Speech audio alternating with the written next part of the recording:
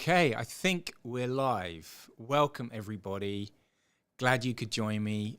Sorry, we've had a few issues with YouTube Live. So, excuse me, LinkedIn Live, but we should be streaming on YouTube.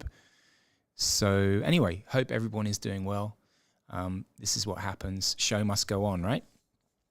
Well, while we're waiting for folks to join and come over to YouTube, a few things I want to make you all aware of. First of all, we are recording this, so if for some reason you get stuck on LinkedIn and you don't know where we are, then we'll make sure the recording goes up and you can share it with colleagues. And also, we'll make sure that it's posted up on, or the proper edited versions posted on our YouTube channel later. And while you're here, why not subscribe to our channel? We'll be posting, we put up lots of podcasts as well, so you should enjoy the content.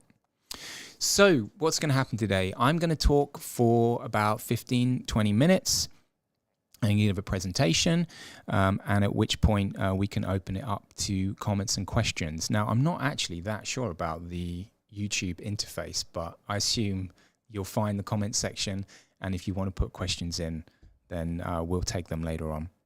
And, you know, anything you want to add as well, doesn't have to be a question, can just be a comment, then stick it in and we'll cover those in a minute.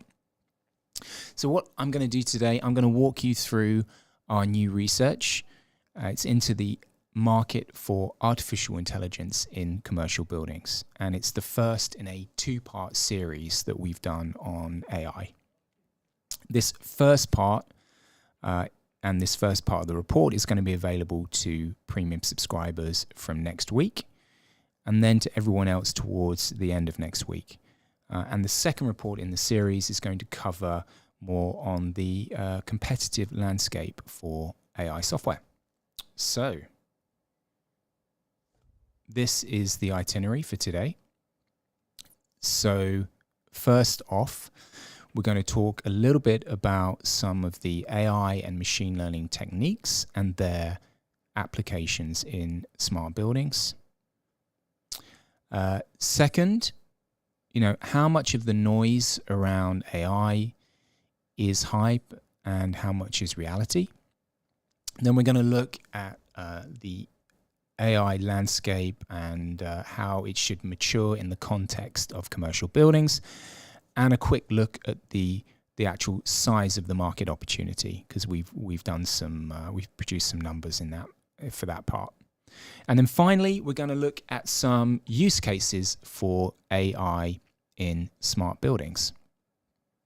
So let's get on with a few slides. So to kick things off, what are some of the AI and machine learning techniques? Now, AI encompasses a lot of different fields, including machine learning, natural language processing, computer vision, and robotics. We've tried to capture some of the main ones in this graphic. Now, ML, machine learning, is technically a subset of AI, although seems to be these days a lot of times those two terms seem to be used interchangeably. ML allows computers to basically identify patterns and make data-driven predictions without explicitly being programmed. That's really important.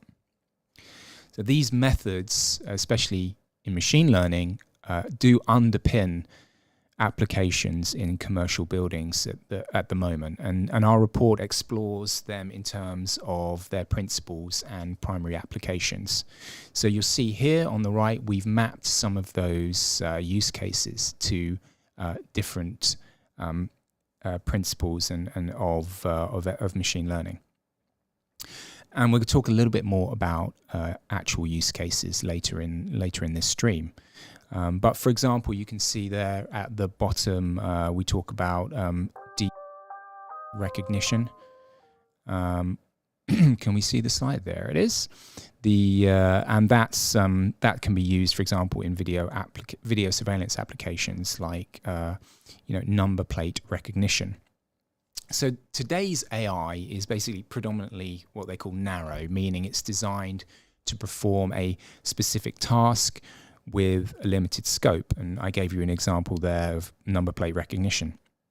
In contrast, what a lot of people are talking about now is AGI, or artificial general intelligence, and that's sometimes referred to as strong AI. So that would be capable of understanding and learning across a wide range of tasks, similar to human intelligence. So while like narrow AI is already being leveraged in various smart building applications, AGI is still remains something that for the future, and remains a goal of many AI researchers.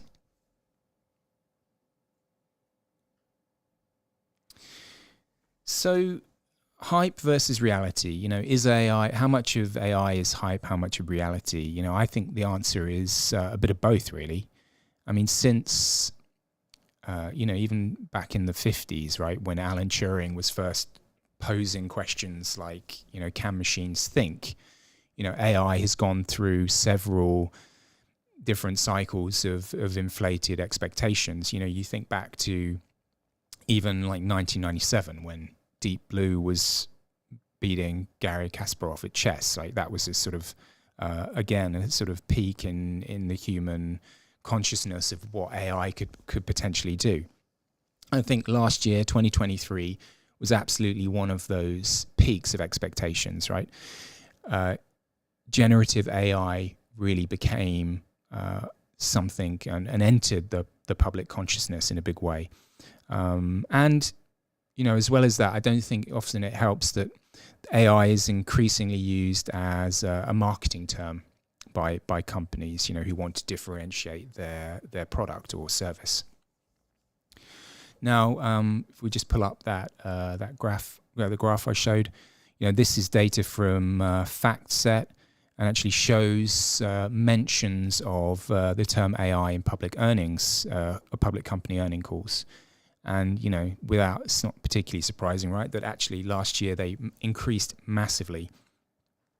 And AI sort of remains and is, I would say, an integral business priority for companies, not just because they see it as an opportunity to increase productivity, but also to gain a competitive advantage. So, yes, hype surrounding AI can, or it seems to outpace its actual capabilities, right? And again, like that's not particularly surprising. I think it's human nature that we want to, talk up the potential of things. That can lead to inflated expectations. And I think, in my opinion, if we look specifically at the smart building domain, we are at a point where most AI solutions have not been extensively integrated into real world settings, and their effectiveness sort of remains largely unproven outside of pilot projects. But yes, of course, AI's potential for transforming commercial buildings is immense, but that journey is still in its early stages, and I think much of the technological groundwork for AI is currently being laid in commercial building software and services.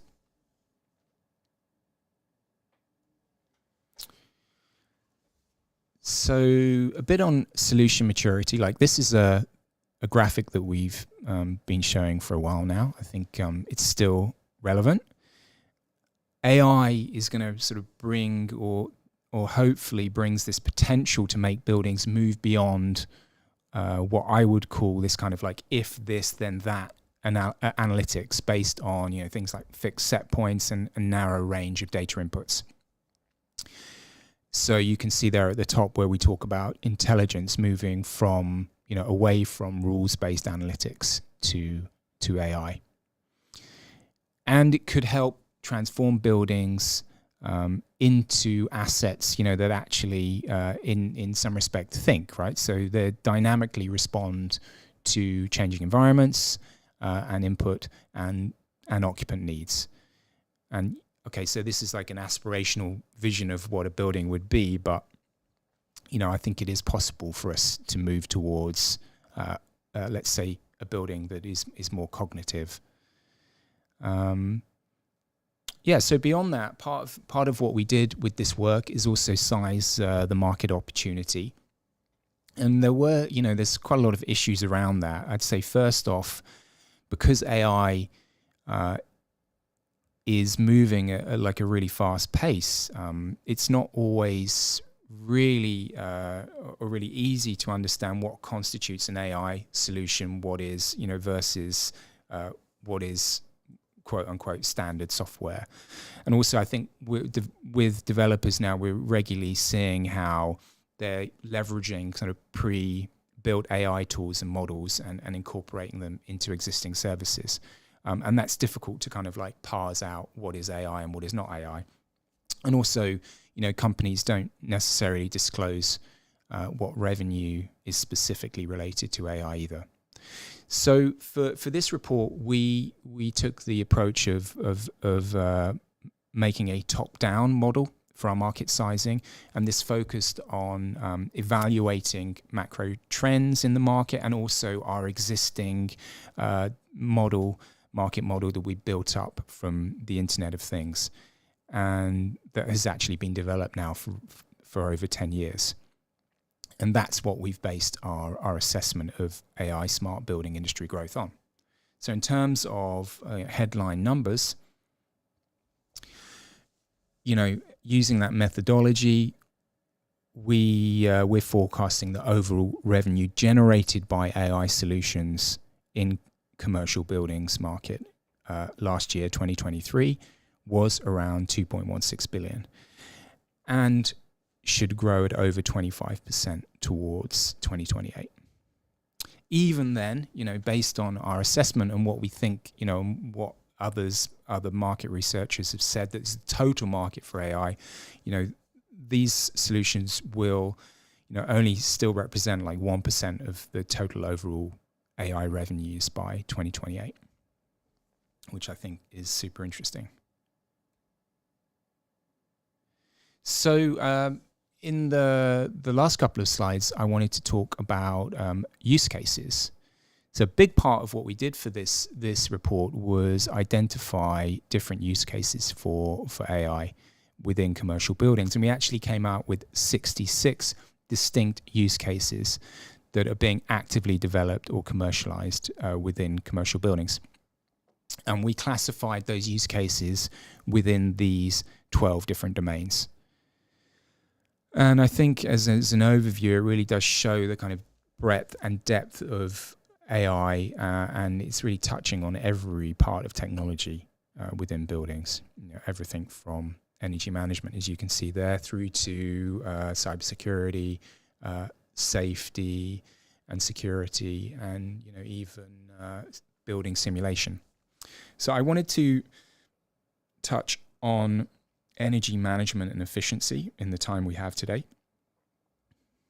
So we actually identified within this domain 7 distinct use cases. What you can see here is actually from a study by the University of Taipei, University of Technology. And it was a meta-analysis that these guys did from 164 different academic papers. And it shows, first of all, I think the various or the energy saving potential by application area within different building systems, and actually gives a variance for how much energy could be saved. So in the lowest observed energy savings range, we're talking about like 7 to 48% within building management systems. All the way through to something like at the top end with IT energy load or lighting systems could even be 70%. So it's kind of a fascinating bit of work here that you can really see the impact that AI can have in saving energy in buildings. And it's not just actually individual buildings. It also moves beyond that. AI is also unlocking broader opportunities around a technology like virtual power plants and integrating distributed energy resources as well. And in our opinion, this convergence of sensors, IoT platforms, and software makes AI energy optimization one of the highest value use cases within commercial buildings. So that was sort of a high level overview of some of the topics that we covered in the report, and here it is. So as I said at the start, this report's available to our premium subscribers from early next week. And if you want details on how to become a premium subscriber, then please go to memory.com/subscription, or you can email us as well at support@memory.com. We'd be happy to talk to you about it. And premium subscription covers like your whole company, where you get access to this report and then 5 more that we'll be publishing this year, along with all of the research articles and notes that we publish every week. Basic subscribers do not get immediate access to the report, but they do get 10% discount, and that's on all reports that we publish. So that will be available to basic subscribers later on next week. Also want to mention that not only, in terms of researching AI, but we've also been trying to implement AI in our own business. And I talked about this at the end of last year. We have developed a AI chatbot, which we're calling AIM, which tries to leverage the power of LLMs, large language models, on our proprietary smart building analysis. So it's giving instant access to our research reports, including the one that I just showed you. And you can do with ChatGPT, you can ask it questions and get answers in natural language. So it's a completely different way to interact with our data, and differs from other chatbots because they don't have access to our information. It's only this one that does. So that's actually available to premium subscribers now. So if you want to get a demo, then please reach out to me. Okay, well, thanks for listening. Let's see if I can bring up some comments and we can take some questions. 1 second.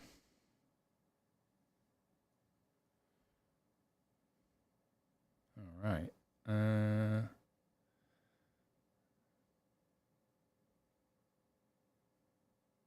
Okay, some people asking why it hasn't started on YouTube. Sorry, on LinkedIn. So I'm sorry if you haven't. I'll make sure we put up the link later on. Let's have a look on YouTube, see if I can see some comments there.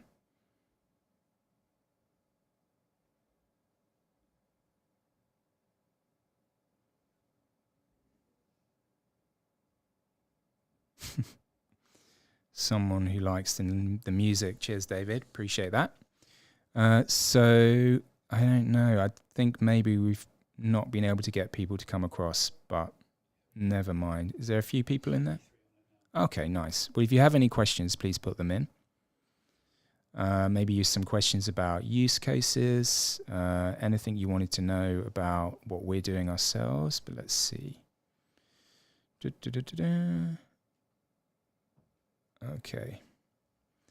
Okay. Someone got the message anyway. See YouTube link up. Memory, can you please explain what is going on? All right, nice. Here we go. Hi, David. Did your research service any results around skill shortages? Yeah, absolutely. That's a big issue, right? I think in 2 respects. One, of course, the promise of AI is that it's going to help us be more productive and actually solve some of the issues around skills. But we still need, engineers at this point as well. So yeah, that is an issue that definitely came up. Do you, from Stefan, hi Stefan, do you have any insight on how the split of value generated will look across the categories you identified? Yes, absolutely. I think some of there are clearly within those kind of like 12 buckets of use cases we noticed, there's clearly ones I think that are further along. I picked out energy management optimization. That's definitely one that where I think we are already seeing interesting pilots, and actually beyond that now as well.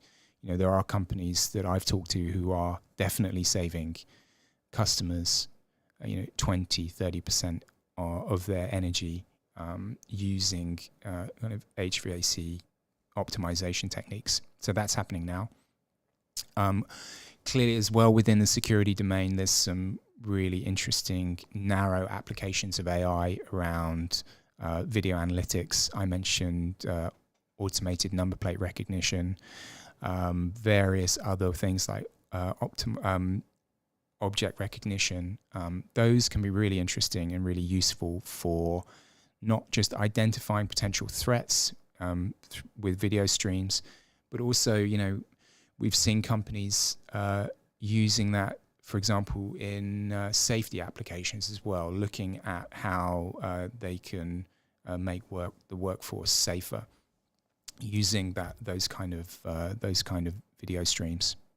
So yeah, those are the sort of two big buckets, I would say, of where we're seeing value generated. Adam, how long do you realistically think it will take for AI to be implemented efficiently into smart buildings as a standard? And do you think it will become a common feature in specifications? Wow, that is a really interesting question. And actually, if anyone wants to put any comments in there, I'd be interested in other people's opinion. I mean, it's like with a lot of things within building technology, we don't tend to move particularly fast. So the fact that AI is moving so quickly, you would hope would spur people into kind of action and be able to implement these efficiently. But I do wonder how quickly it will find its way into certain applications. We all sort of seem to have a hard time implementing, IoT and cloud solutions in some buildings. So I think this will be quicker. In terms of common feature and specifications, I think that if it is going to happen, it is going to come from, the end user, right? They're going to be asking for these applications, so it will come from specifications. I think that's a good point. Okay, another question here. Could you please give me details on what type of revenue generated by AI building solutions are behind your calculations? So I'm going to have to say, when we put up more information about the report, you'll see it then. But it comes from those, within those 12 use cases, those are basically the, where we've accounted for the types of building solutions. So within those 12 buckets of use cases, that's what we counted. I can't really give you much more detail about that now. But yeah, come back and check the website next week. Across the use cases, is there an advantage to starting with energy efficiency to get things going? Yeah, as you said there, like the largest impact. I definitely, it's often been the case with building technology historically. It's been sold on energy efficiency and energy management. So in some respects, I don't see this as being much different. Like there's a big impact there, with more regulation and standards and climate goals coming, then yeah, it's becoming even more relevant. So yes, I see that. I see that as definitely as a driver and a good place to get started. David, there's a challenging question, Adam, given on this current state of specifications. Yeah, I agree. I guess even without AI, specifications are not great anyway. So perhaps I'm being a bit optimistic, expecting specifications to start including like AI applications, but we'll see. Will the AI application statistics you able to advise the live projects that have realized those outcomes, or are these predictions? Okay, so I think you're talking about where I was mentioning HVAC optimization.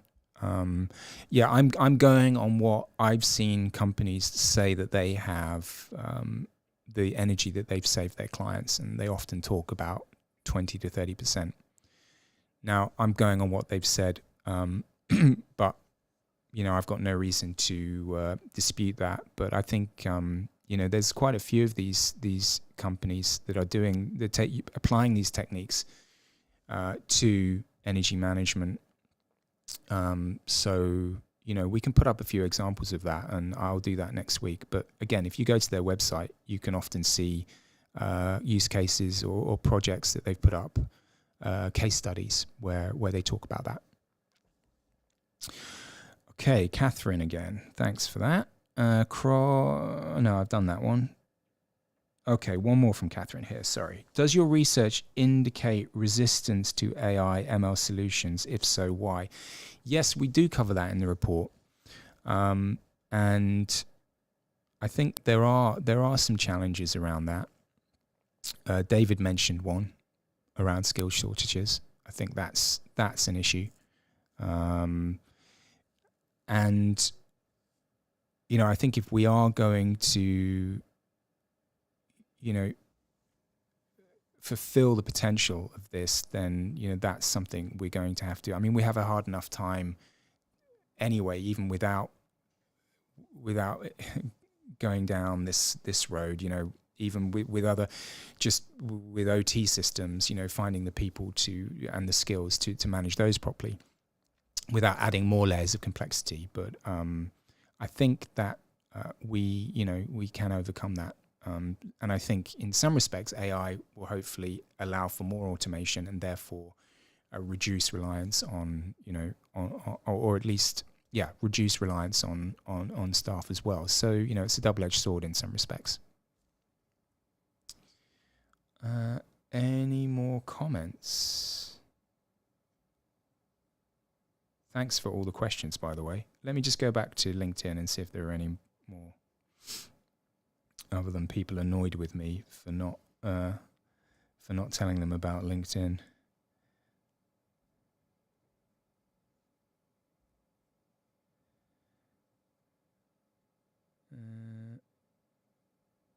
Okay. All right. So, yeah. Sorry, guys, if you tried to contact us, but we did post the link there. So anyway, look, don't worry about it. I will make sure that we will put the live stream up. So, if you were on LinkedIn, I'm very sorry you weren't able to view it, but we did have a technical issue here with LinkedIn Live. Yeah. Well, look, really appreciate those coming across who did make it. One more question here, which we can take, and then we'll call it a day after that.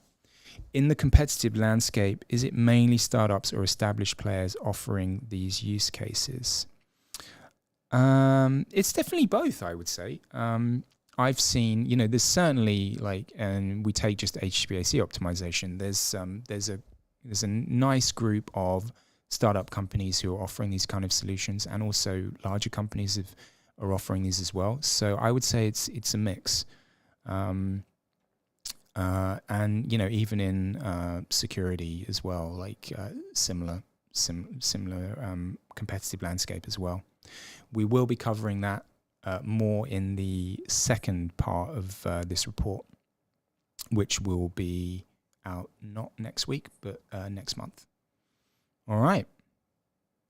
Well, I think that's it for today. Again, apologies to anyone who was on LinkedIn and missed the live stream, but I'll make sure we get the stream up later on. Thanks again.